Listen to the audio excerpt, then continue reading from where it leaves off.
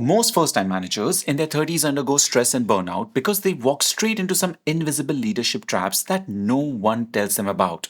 And in this video, I will reveal 8 such traps that I wish I knew sooner and how to overcome them along with a free guide.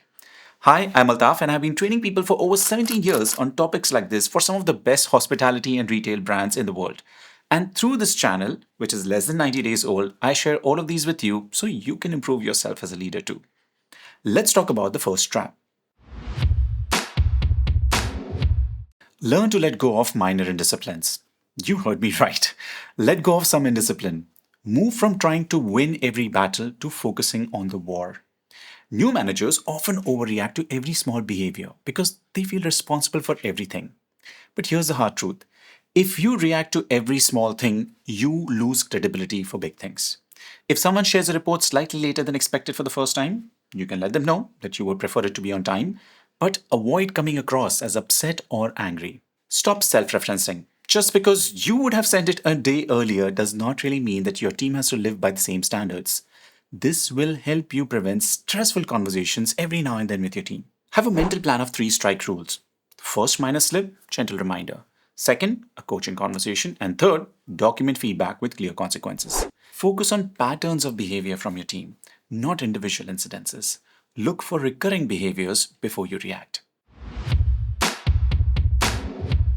Don't be tempted to give away solutions. Yes, again you heard me right. Don't give solutions to your team members, at least not immediately. You see, new managers instinctively rush to provide solutions, eager to demonstrate competence because they have a lot of it. However, leadership is akin to teaching somebody how to fish rather than merely handing them over fish day after day. I know this will be confusing your team early, but now your focus is no longer to solve the problem of the weak sales. You are here to focus on building a team that can think, apply themselves, and consistently solve problems for the next 2 to 3 years. If you start providing them with solutions, that will fix the problem of that week. But that unfortunately makes the entire ecosystem highly dependent on you personally, which will always cause stress. Instead, foster independence and critical thinking by asking good quality guiding questions. Encourage your team to go explore and discover their own answers. Sometimes they may surprise you with a solution much better than yours, and sometimes not as brilliant as yours. Learn to live with both outcomes and take pride that you are building capabilities and team around you instead of being a solution provider yourself.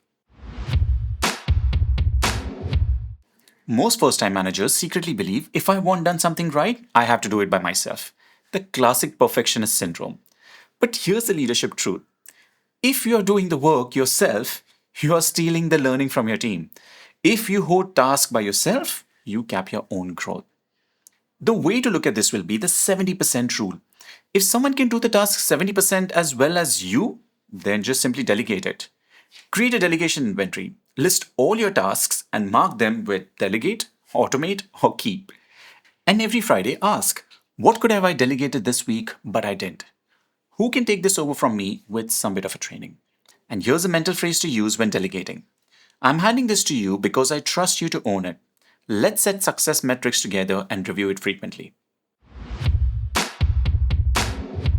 Focus on outcomes, not activities. Picture leadership as having to guide a hiking group. Your role is to ensure everyone reaches to the summit, not micromanaging every step along the trail. Shift from controlling their calendars to viewing their output. Stop being bothered about how they manage their time. Maybe they like to start early and leave early. Maybe they want to start late and leave late. Instead of being worried about their schedule, focus on the results that they produce. Micromanaging is control disguised as care, and it backfires. Your team feels suffocated and you will feel exhausted. The way to look at this and separate it will be process ownership belongs to your team and outcome accountability belongs to you. Set clear success definitions. For example, a good result for me would look like this. Have weekly outcome check-ins in which you can discuss what was the goal, what was the result, and what is the next action. Put up a visualization of progress, not time. And here's a language that can help you shift your mindset. I don't need to control how they climb the mountain, but I'm responsible to ensure that we reach the summit together. Be the harsh truth teller that they won't like. Leadership is not about consensus. Leadership is clarity plus care.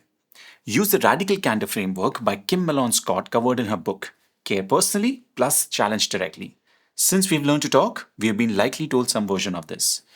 If you don't have anything nice to say, don't say anything at all.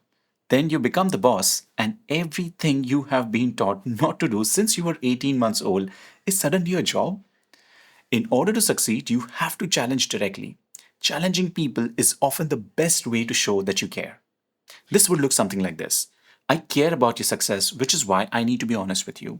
This feedback is about raising standards, not criticizing you. A leader's journey is a lonely one, and the earlier you accept, the easier it gets for you. If you don't get included for a coffee break conversation, don't feel hurt. Not receiving a social invitation is not a sign of being disliked. Most often, it will be a reflection of respect and boundaries.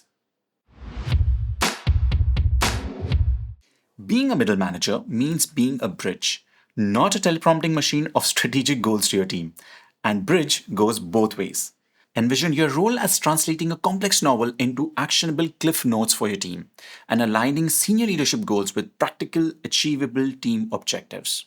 Employ the what, why, and how questions to clarify senior management objectives. What specifically are we aiming to achieve? Why is this critical at this time? How will we be measuring success? Break down broader goals into clear, assignable tasks for your teams. An example of this breakup would look something like this. Senior manager goal: expand into new markets by Q4. The team actions: research 10 competitions by Friday, launch 1 local campaign within 30 days, and build 5 partnerships by July. Move from being the popularity seeker to the capability builder.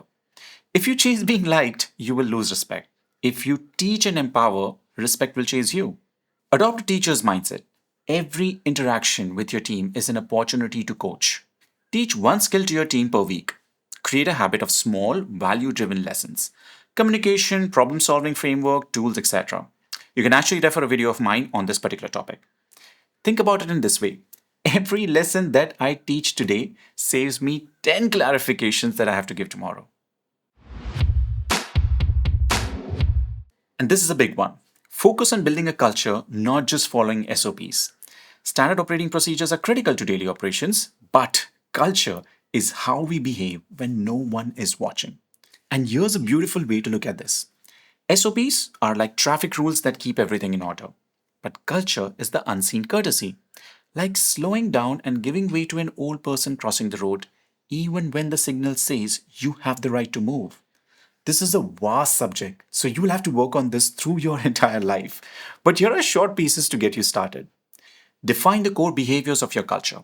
For example, we as a group, we are known for taking initiatives. We own our mistakes and highlight them just like we do for our success. Ritualize these key values. Repeat them again and again at specific points. Maybe create a weekly team shout out. Maybe create a monthly meeting which is only about failure sharings. So there you have it. 8 traps which no one will tell you when you're a first-time manager, but they are truly the deal breakers for your leadership journey. If you want to succeed as a first-time manager in your 30s, you cannot wing it. Either wish and pray for it or work hard at it. Thanks for watching. Check out this leadership learning loop video, which can help you as a leader to create learning culture in your team with least amount of your direct time and energy. I will see you in the next one.